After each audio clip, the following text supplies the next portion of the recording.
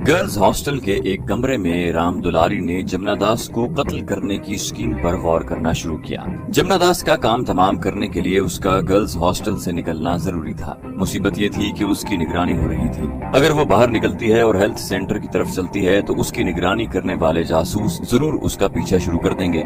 उसका सिवाय उसके और कोई इलाज नहीं था कि वो अपना हुलिया बदल कर हॉस्टल से निकले। हुलिया बदलने और भेस बदलने का साजो सामान उनके मुकुंदलाल वाले खुफिया ठिकाने पर था। राम दुलारी वहाँ भी नहीं जा सकती थी। उस तरफ जाने का मतलब ये था कि वो इन लोगों को अपने गिरोह के खुफिया ठिकाने का पता बता देगी। राम दुलारी के जहन ने बड़ी तेजी से काम करना शुरू कर दिया था। उसको गर्ल्स हॉस्टल के कमरे में ही अपना हुलिया तब्दील करना पड़ा। सवाल ये था कि साजो सामान के न होते हुए वो हुलिया कैसे बदल सकती थी। राम दुलारी के अय्यार जहन में आखिर एक तरकीब आ गई। उसे याद आया कि किसी डेयरी फार्म का एक ट्रक गर्ल्स हॉस्टल में दूध देने सुबह सुबह मुंह अंधेरे आता है। अगर वो किसी तरह इस ट्रक में छुप कर बैठ जाए तो निगरानी करने वालों की नजरों से बच कर निकल सकती है। उसके सामने सबसे बड़ा मसला यही था कि वो किसी ऐसे तरीके से बाहर निकले कि उसकी निगरानी करने वालों को खबर ना हो सके कि वो बाहर निकल कर गई है और वो उसका पीछा न कर सके। अगर वो हेल्थ सेंटर पहुंचकर अपने मकसद में एक बार फिर नाकाम रहती है तो वापसी की उसे फिक्र नहीं थी। वापस आने पर अगर जासूस उसे हॉस्टल में दाखिल होते देख भी लेते तो वो कह सकती है कि कमरे में बंद रहकर वो तंग आ गई थी और सैर करने को निकल गई थी।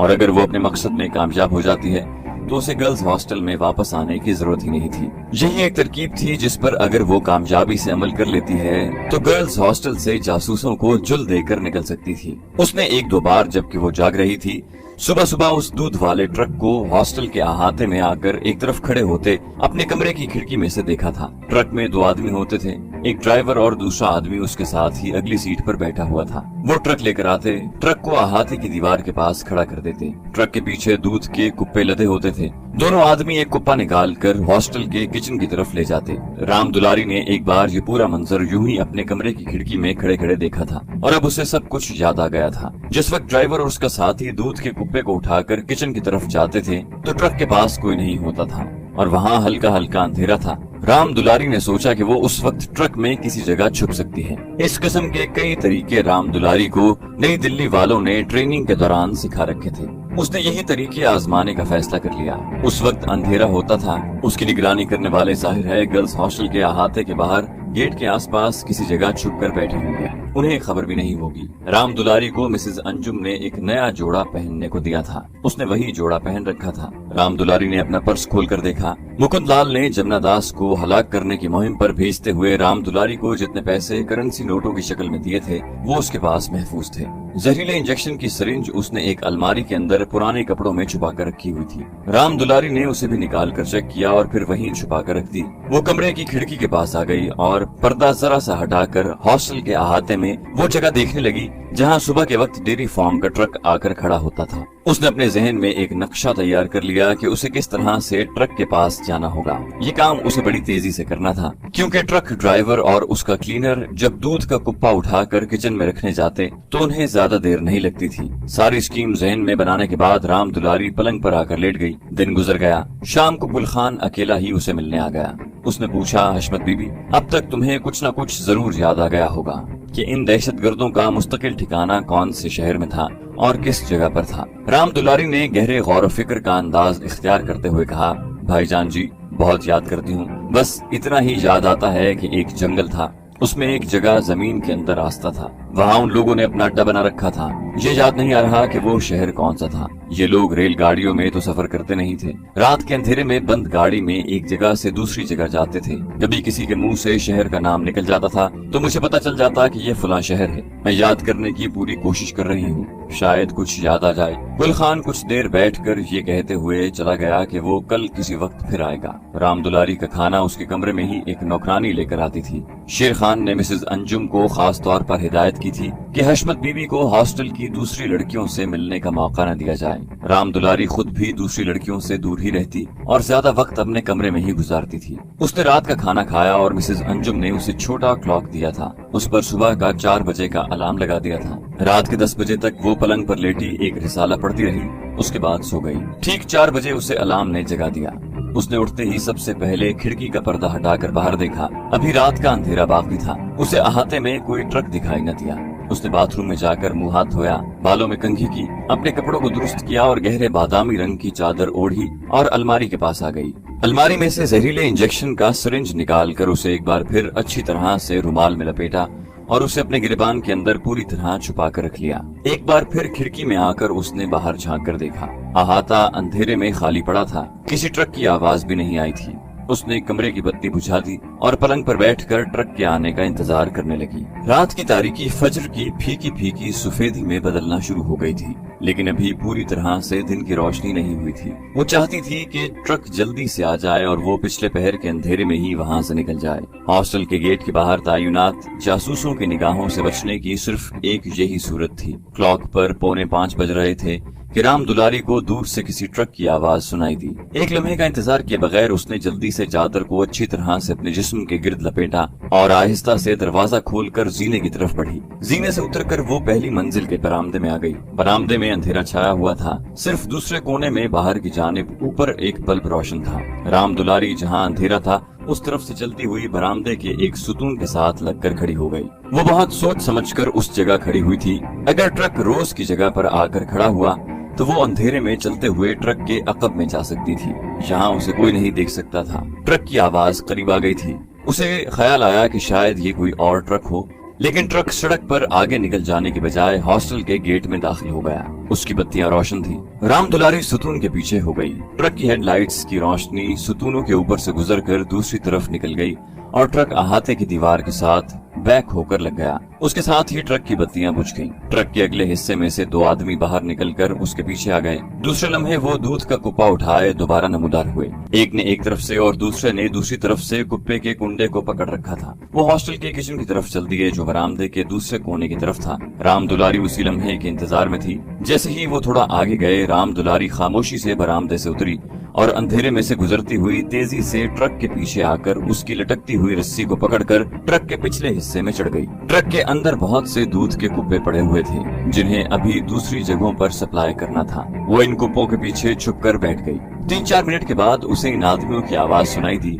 वो वापस आ गए थे। फिर ट्रक की दोनों साइड के दरवाजों के बंद होने की आवाज आई। ट्रक का इंजन स्टार्ट हुआ और ट्रक हॉस्टल के गेट में से निकलकर दाएं जाने मुड़ गया। राम दुलारी ने कुप्पों के पीछे छुपे छुपे हाथ जोड़कर अपने भगवान का शुक्र अदा किया। वो यही चाहती थी कि ट्रक दाएं जाने भी मुड़े। उसको याद था कि जब उसे शेरखान और गुलखान जीप में बिठाकर सीक्रेट हेल्थ सेंटर की तरफ ले गए थे तो जीप हॉस्टल से निकलकर पहले दाएं तरफ मुड़ी थी और उसके 6-7 मिनट के बाद फिर दाएं जाने मुड़ गई थी। उसके आगे जो निशानी उसे याद थी वो रेलवे फाटक था, मगर ये यकीन से वो नहीं कह सकती थी कि ये ट्रक आगे जाकर भी दाएं जाने मुड़ेगा। ये भी हो सकता था कि ट्रक आगे निकल जाए। अगर आगे निकल गया तो खुदा जाने वो कहाँ जाकर ठहरे और ट्रक की रफ्तार तेज हो जाए और वो उतर न सके, कहाँ की कहाँ निकल जाए और रास्ता भी भूल जाए, क्योंकि वो इस शहर की रहने वाली नहीं थी। ट्रक की रफ्तार इतनी तेज नहीं थी। इसकी वजह ये थी कि हॉस्टल के सामने से गुजरने वाली सड़क छोटी और गैर हमवार थी। जब ट्रक हॉस्टल से काफी आगे निकल आया और राम दुलारी को यकीन हो गया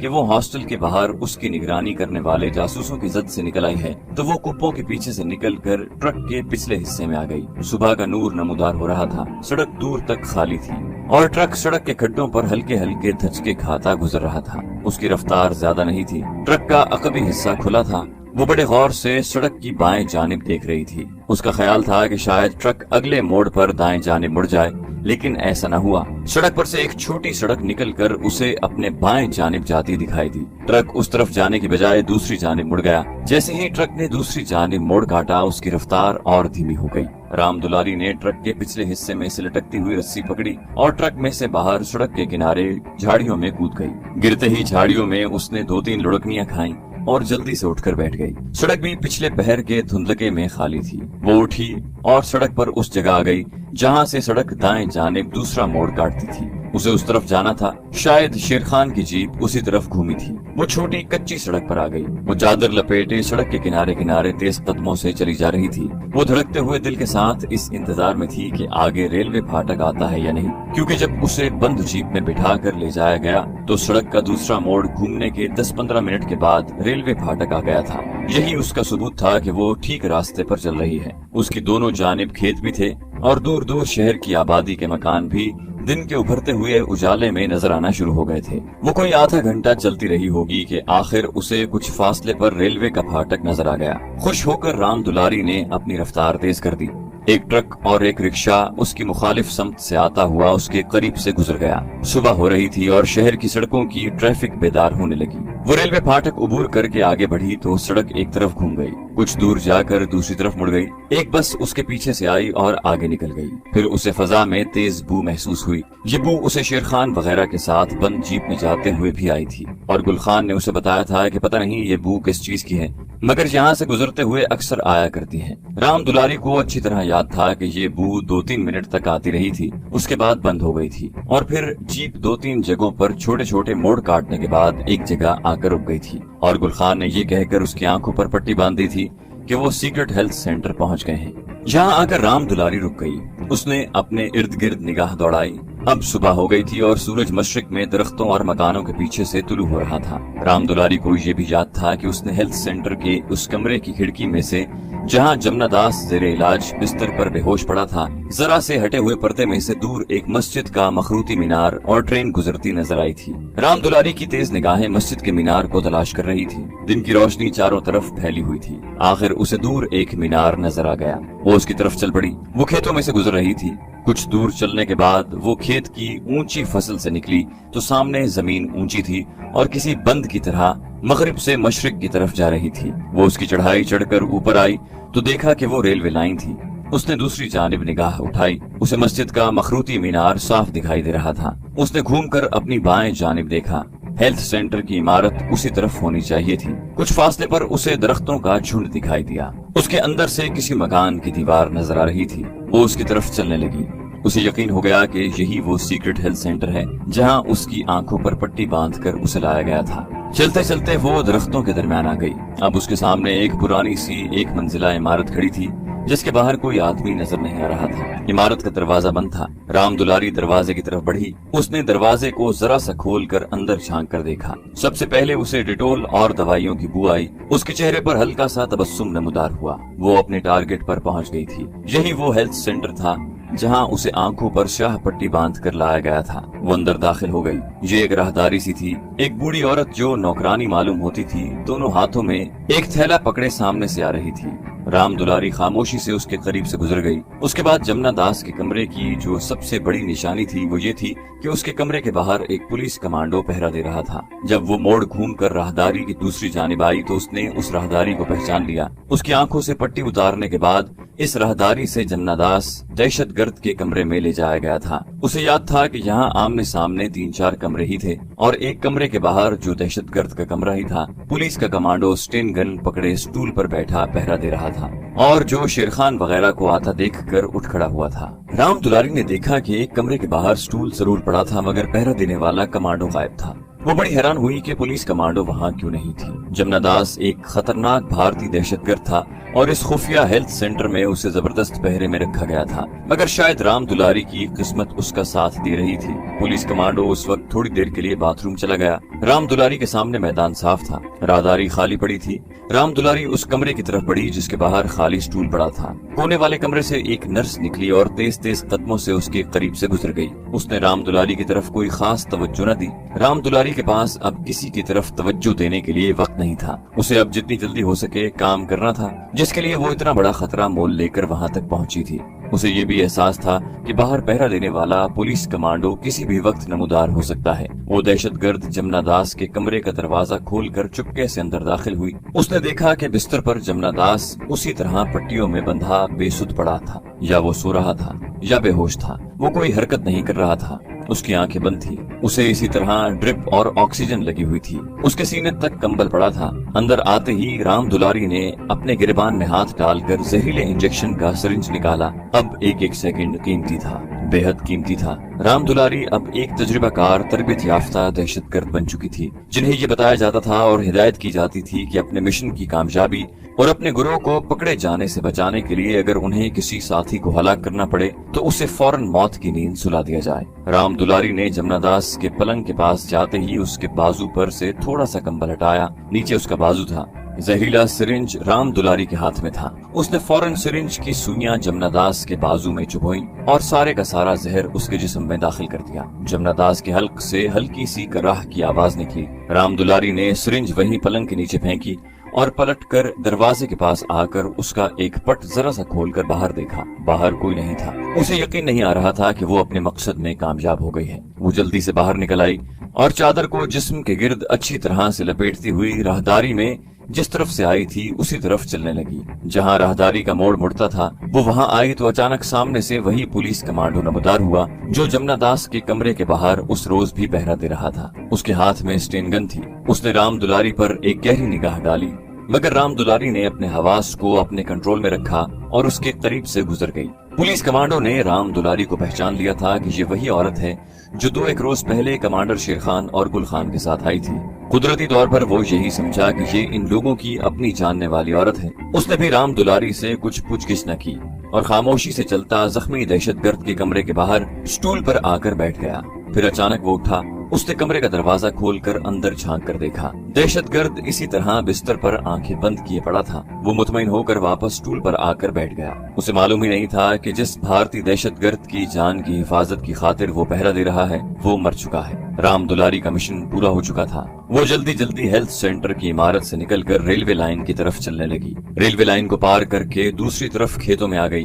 वो खेतों में से भी गुजर गई। फिर रेलवे फाटक आ गया। कोई गाड़ी आ रही थी। फाटक बंद था और फाटक की दोनों जानिब कुछ गाड़ियां और रिक्शा वगैरह खड़े थे। पैदल चलने वाले अभी तक रेल की पटड़ी पर से गुजर रहे थे। वो भी फाटक के छोटे दरवाजे में से होकर रेलवे लाइन पर से गुजरकर फाटक की दूसरी तरफ आकर सड़क के किनारे किनारे शहर की दूसरी तरफ रवाना हो गई। अब उसे किसी रिक्शा टैक्सी की जरूरत थी। उसे वापस मुकुंदलाल के पास अपने खुफिया ठिकाने पर जाना था और उसे जाकर ये खुशखबरी सुनानी थी कि उसने वो काम कर दिया है जिसके लिए उसे जहरीला सिरिंज देकर भेजा गया था। राम दुलारी चलते चलते सड़क के पीछे भी देख लेती थी कि शायद कोई खाली रिक्शा टैक्सी आ रही हो। काफी आगे जाकर सड़क के मोड़ पर उसे एक खाली रिक्शा मिल गया। वो रिक्शे में बैठ गई और ड्राइवर को एक खास जगह चलने के लिए कहा। रिक्शा एक तरफ रवाना हो गया। रिक्शा शहर की आबादी के बाहर निकल चुका था और अभी तक पूरी रफ्तार से जा रहा था। आखिर वो जगह आ गई जहां राम दुलारी ने रिक्शे वाले को चलने के लिए कहा था।